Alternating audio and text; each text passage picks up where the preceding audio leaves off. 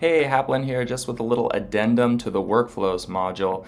Workflows can be a lot, and I understand that it's daunting, and so I wanted to make this add-on just to explain that we also have this wonderful thing called recipes. When you go to create a new workflow and you click Create Workflow, you can actually select a recipe, which will bring up a list of like pre-built templates for the most common use cases for workflows. And lo and behold, Instagram comment automation and Facebook comments plus workflow AI, these are recipes you can use. So let's go ahead and grab the Instagram comment automation, see what that one's like. So this is very similar to the thing you saw me build in the last module. I do recommend getting your chops and clicking around, playing with it a little bit so that you can develop some confidence in how to actually build workflows.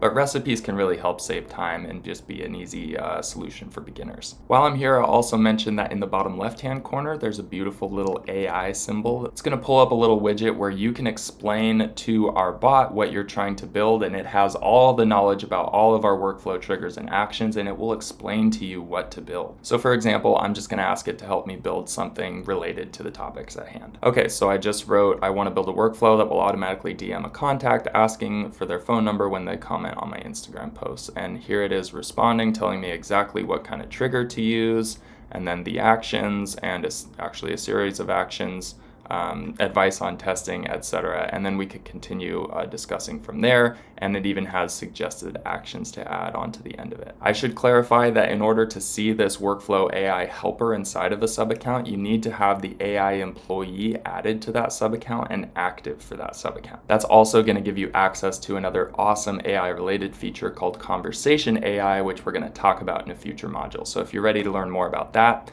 go ahead and move on.